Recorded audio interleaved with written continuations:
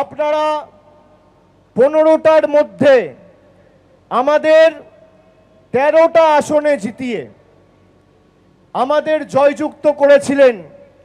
খড়গপুর সদর আর ঘাটালে অল্প কিছুর ব্যবধানে তৃণমূল প্রার্থীরা পরাজিত হয়েছিল।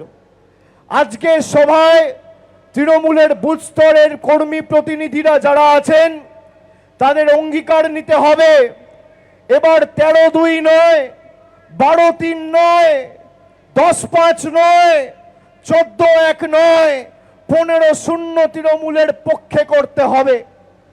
যে কটা হাড়মাত বেঁচে রয়েছে সব কটাকে ঝেঁটিয়ে এই মেদিনীপুরের মাটি থেকে বিদায় দিতে হবে।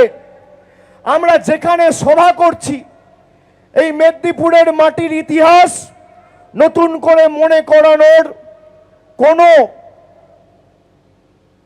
দরকার বা প্রয়োজন নেই। এই মেদিনীপুরের মাটি বীরেদের মাটি, বিপ্লবীদের মাটি।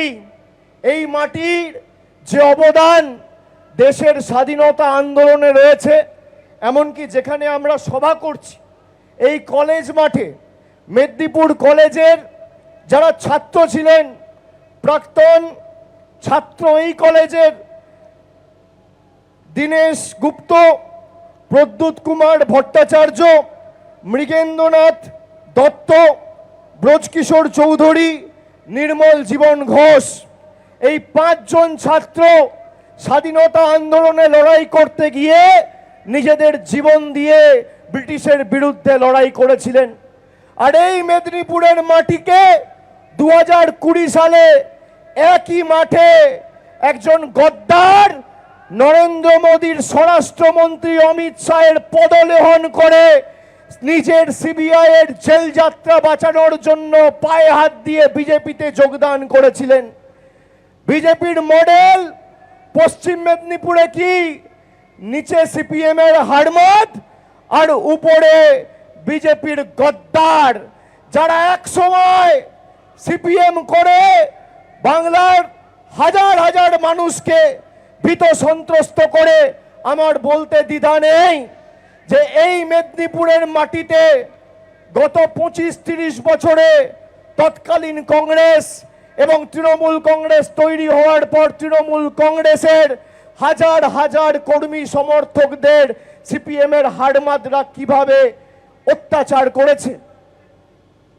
পুকুরে বিষ দিয়ে দেওয়া, ঘরে জল বন্ধ করে দেওয়া, বাড়িতে আগুন লাগিয়ে দেওয়া, ঘরে আগুন লাগিয়ে দেওয়া, আমরা সে সমস্ত দিন দেখেছি। আমি কেন্দ্রীয় সরকারের রীতি নীতির সমালোচনা করতে পারি, সেই অধিকার কোন রাজ্যের মুখ্যমন্ত্রীর আছে। সেই অধিকার রাজ্যের বিরোধী অবস্থানে থাকা কোন রাজনৈতিক নেতা কর্মীর আছে। কিন্তু সরকার যেখানে পরিচালনা করছে, সরকার তো দলের হয় না, সরকার তো পশ্চিমবঙ্গ সরকার, সরকার তো রাজ্য সরকার। রাজ্য কেন্দ্রের বিরুদ্ধে এ ধরনের যুদ্ধ ঘোষণা এবং কার্যত যদি এটা চলতে থাকে তো আগামী দিনে পুলিশ যেখানে যাবে মানুষ সেখানে আক্রমণ করবে। তো সারা এ তো ছড়িয়ে পড়বে দাবানলের মধ্যে চারিদিকে। সারা ভারতবর্ষে যদি এই পরিস্থিতি তৈরি হয় তাহলে সেটা কি গণতান্ত্রিক ব্যবস্থার প্রতি অত্যন্ত সুখকর হবে? ভারতবর্ষ ব্রিটিশ স্বাধীনতা নেওয়ার পর অনেকে বলেছিলেন যে ভারতবর্ষ তার স্বাধীনতাকে, তার গণতান্ত্রিক ব্যবস্থাকে ধরে রাখতে পারবে না, কিন্তু ভারতবর্ষ এখনো অটুট আছে। আমাদের সঙ্গে সঙ্গে যে সমস্ত রাষ্ট্র কলোনিয়ালিজম থেকে মুক্তি হয়েছিল, ব্রিটিশ সাম্রাজ্যবাদের কাছ থেকে মুক্ত হয়েছিল, কার্যত সেখানে কোনো জায়গায় গণতন্ত্র নেই, গণতান্ত্রিক ব্যবস্থা নেই।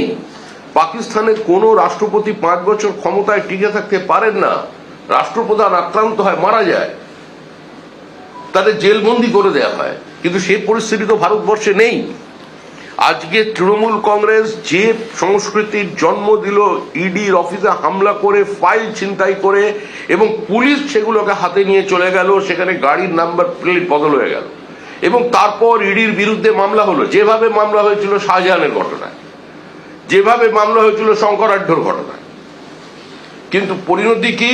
পরিণতি হলো প্রত্যেকটা মামলায় স্টে দিয়ে দেওয়া হলো এবং ভিডিও ফুটেজ যা তারা সেখান থেকে বাজেয়াপ্ত করেছে কলকাতা পুলিশ, সেগুলোকে সংরক্ষণের কথা বলা হলো। আমি জানি না এই সংরক্ষণ আবার ওএমআর শিটের সংরক্ষণ হবে কিনা ভবিষ্যতে, কিন্তু আপাতত যেটা হয়েছে মহামান্য আদালত, তাতে আমরা খুশি। সিপিএম এর হাড়মাত গুলোকে অক্সিজেন দেওয়া হবে, এটা সবাইকে মাথায় রাখতে হবে।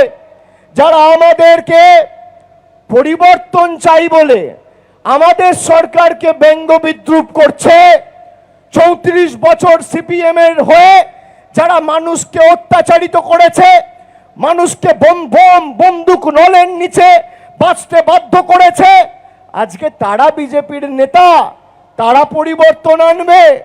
বোতলটা নতুন, মদটা পুরনো, এটা মাথায় রাখবেন। জার্সিটা খালি পাল্টেছে, আগে সিপিএম এর হাড়মাত ছিল, এখন বিজেপির জল্লাদ। বিজেপির 12 বছর কেন্দ্রের সরকার ক্ষমতায় রয়েছে। আপনারা বলুন তো, এখানে সংবাদ মাধ্যম আছে, আমায় কেউ বলতে পারবে এই সংবাদ মাধ্যমে যদি বিজেপির কোনো নেতার ক্ষমতা থাকে তাহলে তথ্য পরিসংখ্যানকে সামনে রেখে লড়াই হবে। একদিকে মমতা ব্যানার্জির সরকার, আর একদিকে নরেন্দ্র মোদীর সরকার। একদিকে আমি থাকবো, আর একদিকে বিজেপির নেতা থাকবে। কে থাকবে, কোথায় থাকবে, কখন থাকবে, কোন সংবাদ মাধ্যমে থাকবে, সময় আপনি বেছে নিন, সংবাদ মাধ্যম বেছে নিন, দিন বেছে নিন, জায়গা বেছে নিন। আপনি মোদির রিপোর্ট কার্ড নিয়ে আসবেন, আর আমি মামাটি মানুষের সরকারের রিপোর্ট কার্ড নিয়ে আসব। ভোকারটা করে মাঠের বাইরে বার করবো, নইলে মানুষকে মুখ দেখাবো না। এত বড় কথা বলে দিচ্ছি।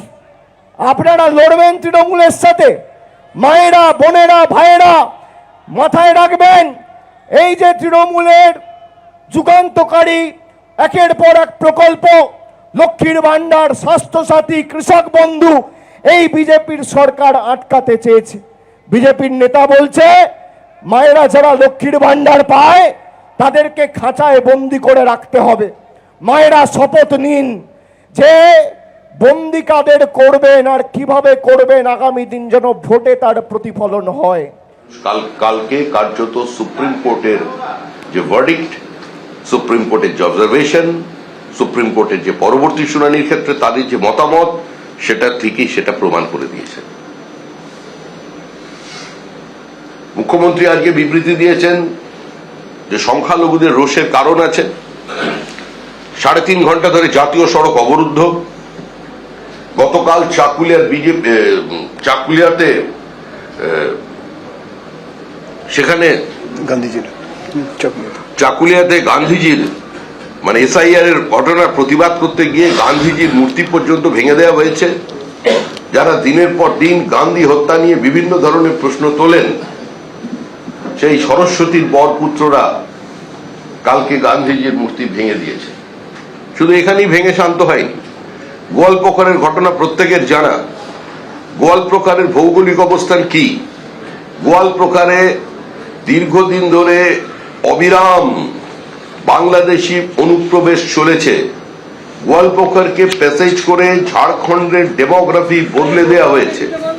আদিবাসী মহিলাদের বিভিন্নভাবে লাভ জেহাদের শিকার বানিয়ে কার্যত তারা ল্যান্ড জিহাদ করছে, এবং সেখানে আজকের জনসন্তুলন সম্পূর্ণ বদলে গিয়েছে। পশ্চিমবঙ্গকে প্যাসেজ করে বিহার এবং ঝাড়খণ্ডের আজকে এটা বদলে দেওয়া, ডেমোগ্রাফি বদলে দেওয়া হচ্ছে। একই সঙ্গে মুর্শিদাবাদে কার্যত ক্যাম্প বানিয়ে বিভিন্ন জায়গায় বাংলাদেশিদের শ্রমিকের নামে ছড়িয়ে দেওয়া হচ্ছে। এর মধ্যে অনেকে ভারত বিরোধী কার্যকলাপে যুক্ত আছে, তার প্রমাণ বারবার এসেছে।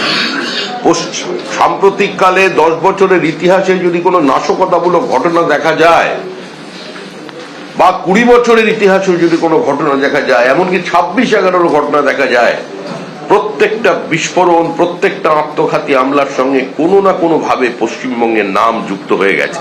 এবিপি আনন্দ, এগিয়ে থাকে, এগিয়ে রাখে।